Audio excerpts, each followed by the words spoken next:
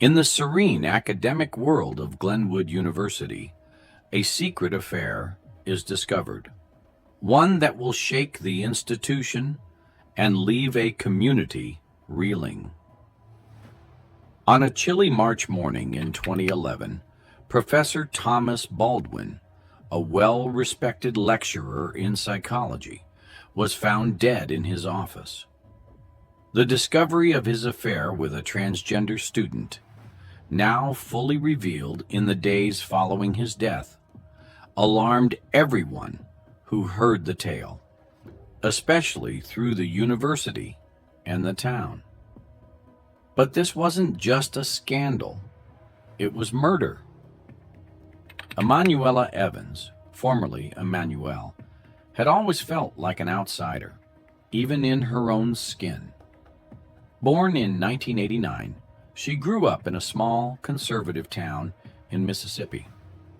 By the time she was 13, she knew something was wrong, but it was hard to pinpoint what it was. Emmanuel's days were spent trapped in a body that felt like a prison, surrounded by people who could never understand. His family, deeply religious, often reinforced traditional gender roles, and there was no space for questions or discussions about identity. Emmanuel struggled through high school, excelling academically, but feeling isolated. In 2007, he applied to Glenwood University, an escape from the oppressive environment of home. Once at Glenwood, Emmanuel could begin exploring the feelings he had kept bottled up for so long. It was in the fall of 2010 that Emmanuel, at 21, started the process of transitioning into Emanuela. It was a difficult journey. Her family disowned her when she came out as transgender in early 2011. Her father never responded to her letters, and her mother's only call after the news was filled with harsh judgment. Emanuela was left to navigate this painful period alone, without support from those she once considered family. Glenwood University became Emanuela's refuge. The liberal environment allowed her to embrace her true identity.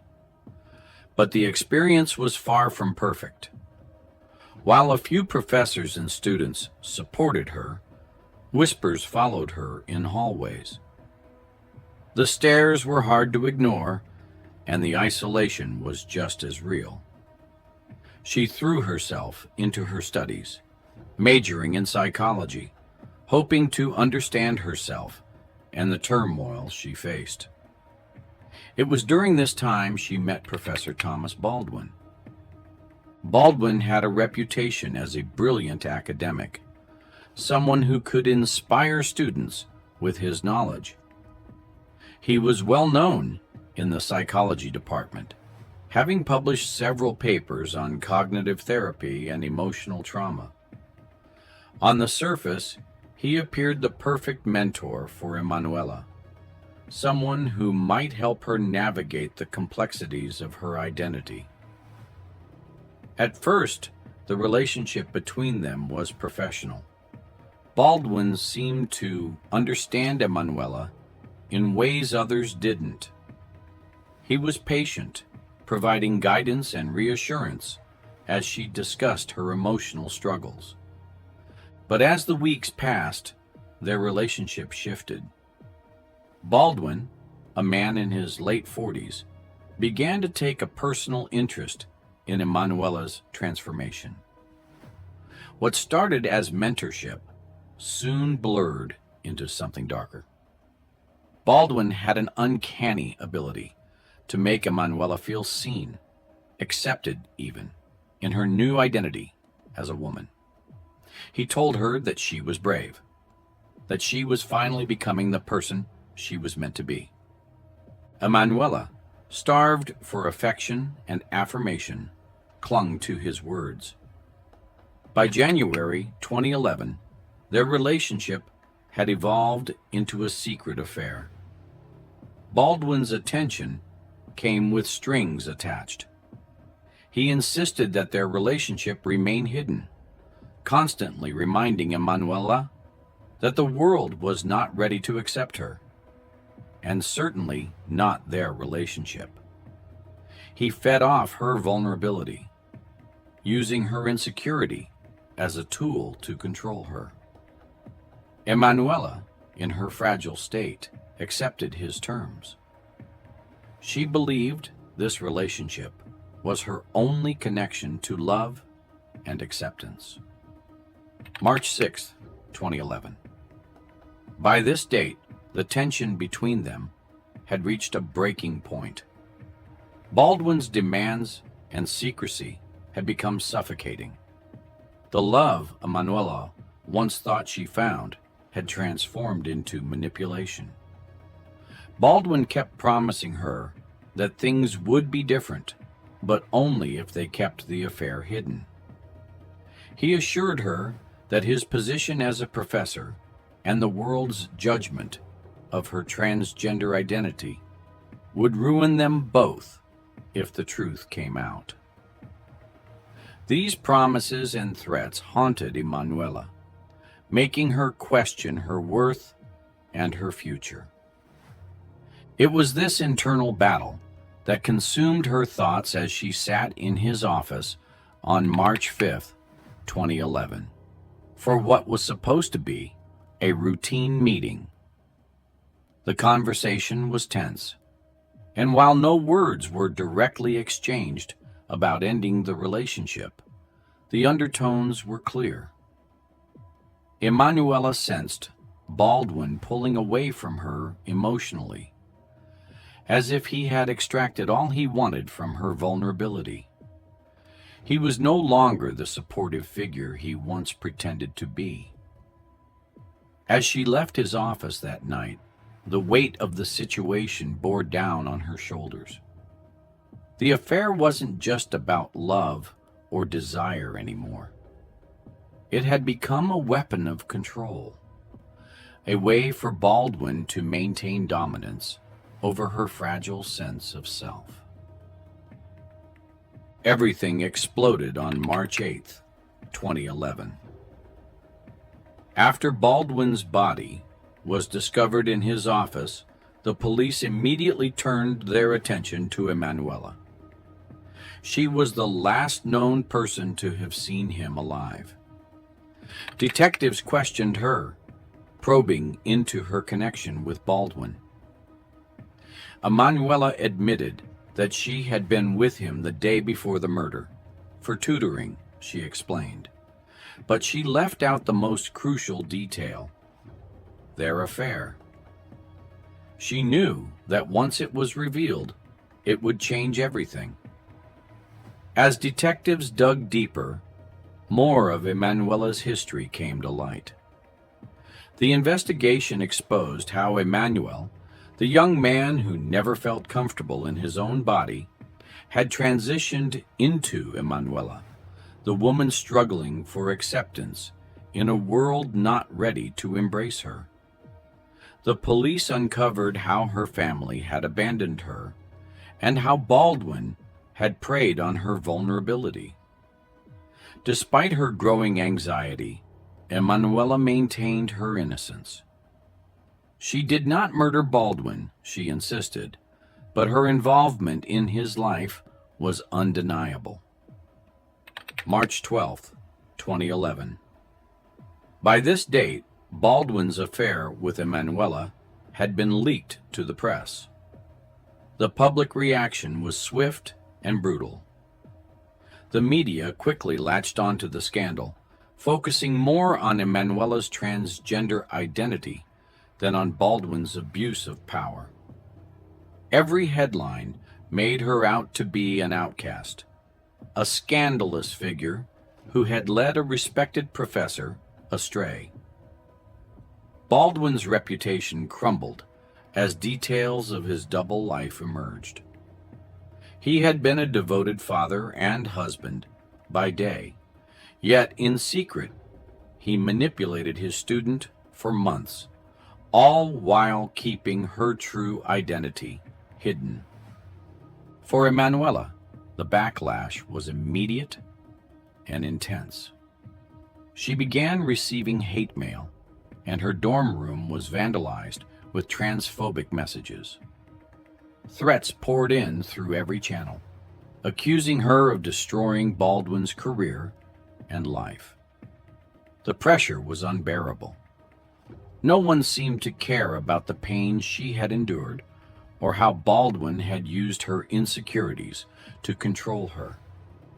Instead, they saw her as the villain in the story, the transgender student who ruined a respected man.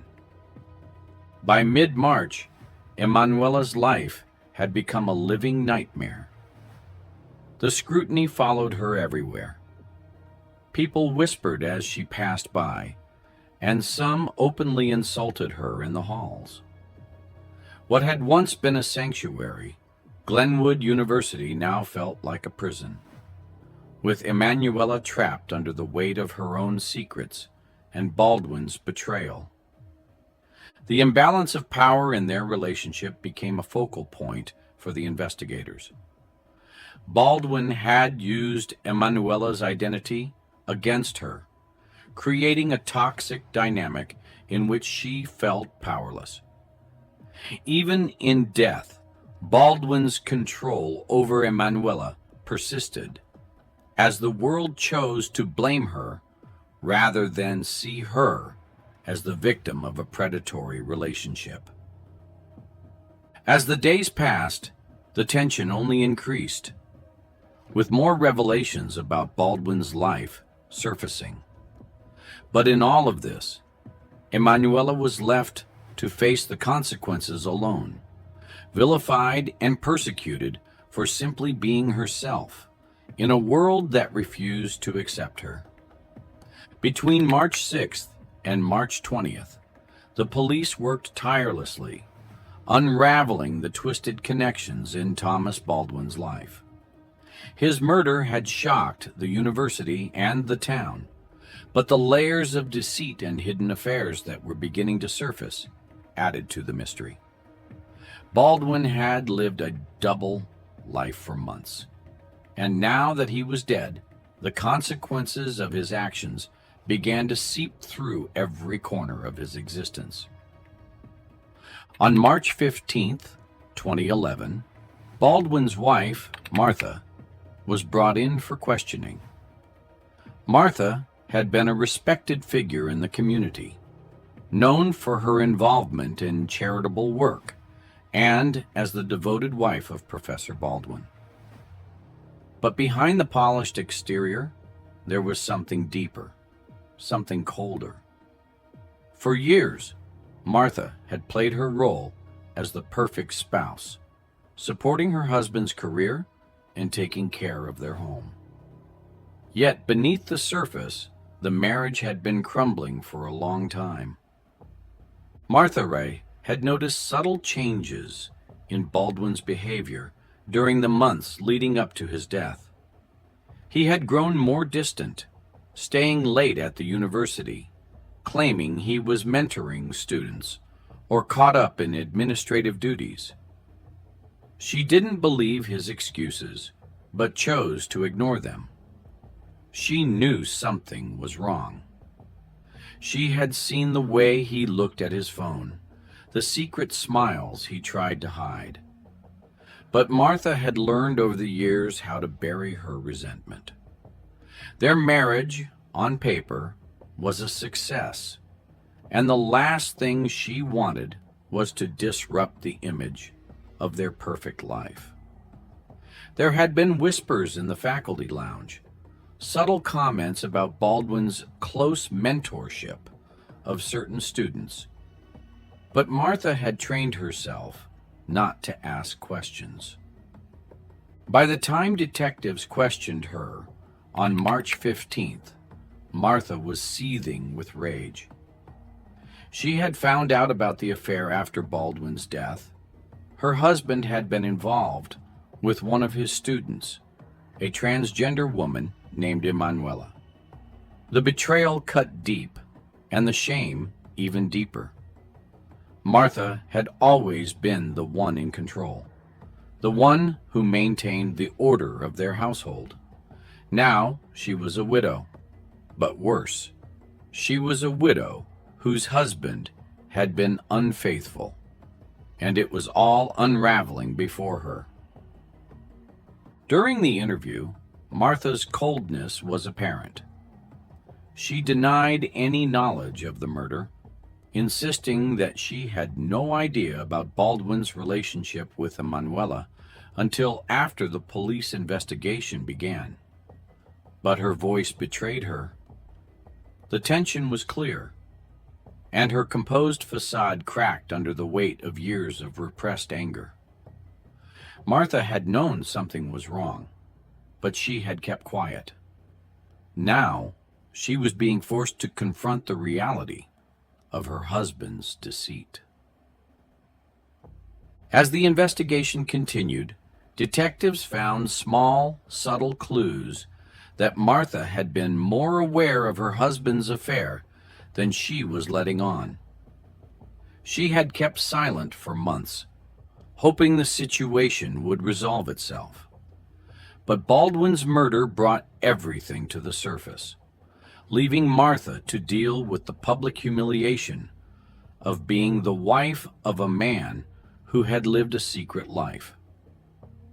By March 20th, 2011, the investigation was closing in on Emanuela again. Detectives had found enough evidence to warrant a second round of questioning. They had discovered text messages exchanged between Emanuela and Baldwin on the night of the murder. The messages painted a clear picture of their relationship's final hours. Baldwin had been growing distant, pulling away from Emanuela emotionally, and the texts revealed the tension between them. The messages were accusatory, full of frustration and anger from both sides. Emanuela had confronted Baldwin about his refusal to acknowledge their relationship publicly. She felt used, hidden away like a dirty secret. Baldwin, on the other hand, was desperate to keep his reputation intact, especially since Emanuela's transition had made the affair more complicated than he had anticipated. He told her that their relationship couldn't continue. Not because he didn't care, but because the stakes were too high. Emanuela felt heartbroken and betrayed, but Baldwin was more concerned with protecting himself.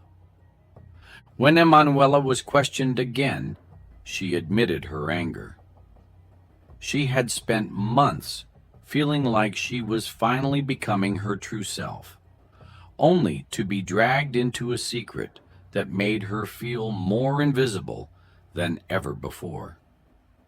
She told detectives how Baldwin had promised her love and support, but only in private. In public, she was nothing more than his student. Her frustration had reached a boiling point that night, but she insisted she had left his office without harming him. Detectives probed further, asking her about her emotional state and the nature of the confrontation. Emanuela's responses were raw, tinged with the pain of someone who had been manipulated and discarded.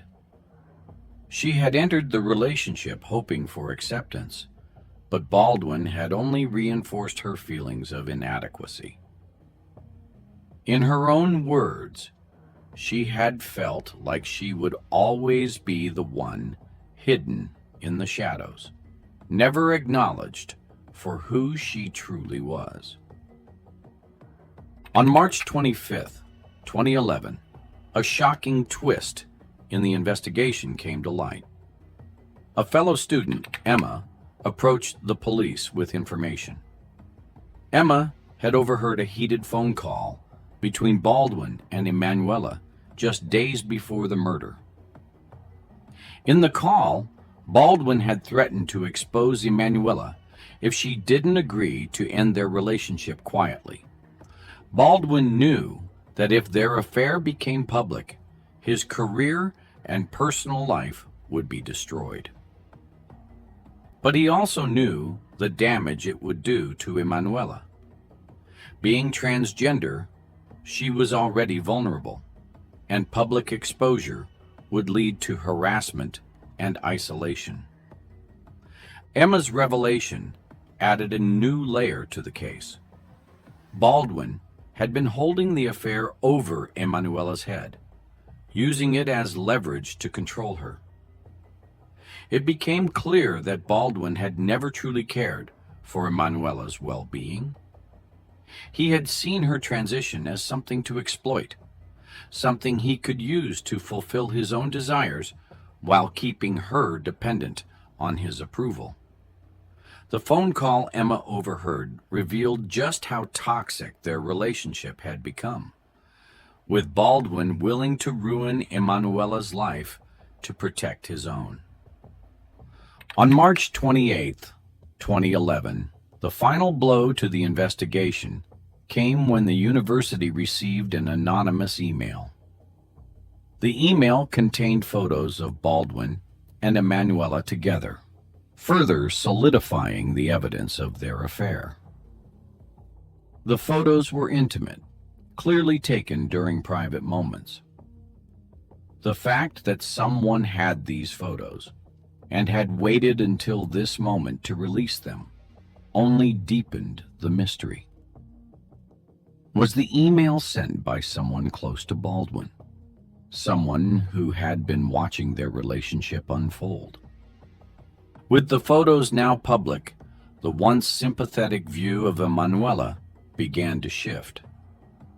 The media, which had initially focused on Baldwin's manipulation and control, now turned their attention to Emanuela's role in the affair. Rumors began to spread, and public opinion grew divided. Some saw Emanuela as a victim, exploited by a powerful man. Others viewed her as a willing participant, someone who had knowingly entered into an affair and was now facing the consequences.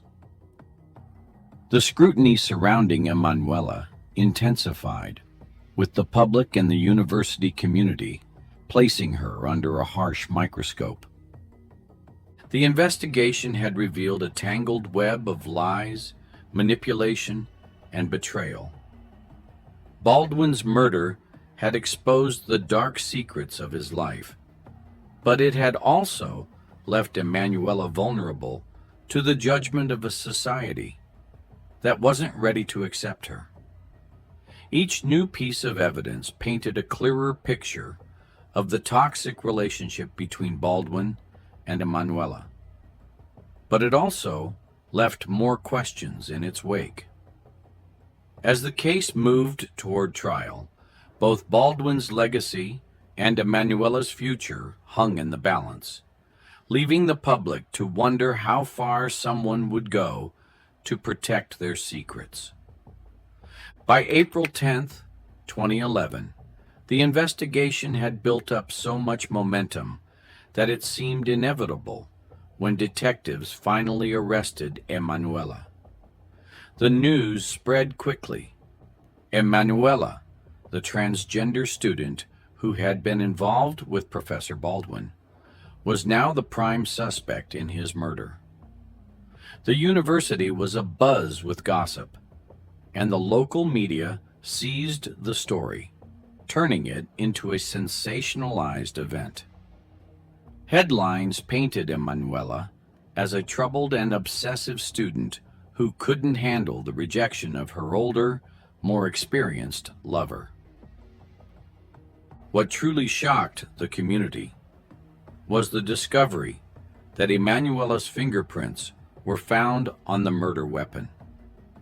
This shattered her alibi and destroyed any hope she had of clearing her name. The knife used to kill Baldwin, once thought to be an untraceable clue, now became the centerpiece of the prosecution's case. As soon as the fingerprint results came back, Emanuela was taken into custody, and the wheels of the justice system began to turn. Emanuela, whose life had already been riddled with rejection and pain, now faced the full weight of the legal system. The arrest was more than just a moment of accusation. It was the culmination of years of struggle. From the moment Emmanuel realized he was not comfortable in his body, life had been an uphill battle. Transitioning to Emanuela had given her a brief period of hope. But now, standing accused of murder, it seemed like her world had collapsed once again. Her family's rejection after coming out as transgender had been one of the deepest wounds in her life, a wound that never truly healed. The distance from her family created a void that Baldwin had filled, at least for a time. Baldwin had appeared to be a savior, someone who understood her, accepted her as she was, and offered her the validation she had been craving. But that validation came at a price. Baldwin's acceptance turned out to be a mask. He had preyed on Emanuela's vulnerability, luring her into a secretive and controlling relationship. Emanuela had been starved for love and acceptance, and Baldwin manipulated her into believing he could provide that. Yet the secrecy and shame he imposed on their relationship made Emanuela feel like she was still hiding, still trapped in the body of the man she was trying to leave behind. Each time Baldwin refused to acknowledge their relationship publicly, it deepened Emanuela's sense of invisibility, leaving her feeling like she would never be seen for who she truly was. As Emanuela sat in a cold jail cell awaiting trial, the emotional weight of her life hung over her. She was no longer the hopeful psychology student trying to build a new life. She was a murder suspect, with the entire world looking at her through a lens of judgment and bias. The media focused heavily on her transgender identity, amplifying the scrutiny she already faced. What was once a private struggle had now become a public spectacle, with every detail of her personal life being dissected by strangers. By May 15th, 2012, the trial became a media circus, a stage for both the prosecution and defense to spin their versions of the truth. The prosecution wasted no time painting Emanuela as a mentally unstable, obsessive student who had been driven to murder out of jealousy and rage. They pointed to her text messages with Baldwin on the night of the murder, portraying her as a woman scorned, unable to accept that Baldwin had wanted to end the affair. They described her transition as a period of mental instability, exploiting society's lack of understanding about the complexities of being transgender. The defense, on the other hand, worked tirelessly to humanize Emanuela, focusing on her tragic background. They spoke of her early life as Emmanuel, the child who never felt right in his own skin. The defense carefully laid out how Emanuela's transition had been a courageous attempt to live authentically, despite her family's rejection. The courtroom heard how Baldwin had come into her life at a vulnerable moment, offering her what seemed like love. But in reality, he had only manipulated her for his own purposes. The prosecution's arguments, however, were damning. They presented the knife with Emanuela's fingerprints as undeniable proof. They showed the text messages between Baldwin and Emanuela, highlighting the tension that had built up in the final days of their relationship. The affair, once secret, had become a time bomb, and they argued that Emanuela's fragile emotional state had led her to kill Baldwin in a fit of rage when he tried to end things. The emotional toll on Emanuela during the trial was immense.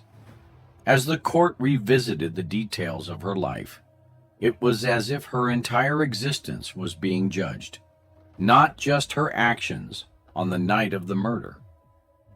Every aspect of her identity, her transition, her relationship with Baldwin, and even her emotional state were scrutinized in front of a jury that, for the most part, didn't understand what it meant to be transgender. They saw her as an outsider, someone different, and that difference made it easier to paint her as the villain in Baldwin's tragic story. On May 15th, 2012, the trial reached its conclusion. After weeks of testimony and arguments, the jury returned a verdict of guilty. Emanuela was found responsible for the murder of Thomas Baldwin. But there was no satisfaction in the decision, no clear sense of justice. The courtroom remained divided. Some saw Baldwin as the true villain, a man who had taken advantage of a vulnerable student, only to meet a tragic end when his manipulations were exposed. Others believed that Emanuela, unable to control her emotions, had acted out of jealousy and anger, killing the man she couldn't have. For many, the verdict felt incomplete. Emanuela was the one going to prison, but there was a sense that the true story had been lost amid the headlines and courtroom drama. The people who knew Emanuela, who understood her struggle, saw her as a tragic figure, manipulated by a man who exploited her need for love and acceptance. Yet, it was Emanuela who faced life behind bars, while Baldwin's legacy remained tangled in the mess he had left behind. As Emanuela was led away in handcuffs, the questions hung in the air, questions that would never be answered. Did she kill Baldwin in cold blood, or had Baldwin's manipulation driven her to the edge? Could it have ended differently if Baldwin had treated her with the respect she deserved, or if society had accepted Emanuela for who she was from the beginning? The story ended not with justice, but with a sense of unease. The courtroom had handed down a guilty verdict, but the real villain was still up for debate. Emanuela's fate was sealed, but the community remained divided, torn between sympathy for her struggle and outrage over the murder. Baldwin's death had exposed deep wounds, not just in Emanuela's life, but in the society that had failed to support her. And as she was taken away to begin her sentence, everyone was left wondering what might have happened if Emanuela had been accepted for who she was from the start. What if her story had been one of love and support instead of secrecy and shame? The trial had ended, but the true tragedy lay in what could have been. We have a very similar case, the case of the housewife whose affair with pastor's teenage son ends deadly. Don't forget to like and subscribe so you don't miss out on our daily cases.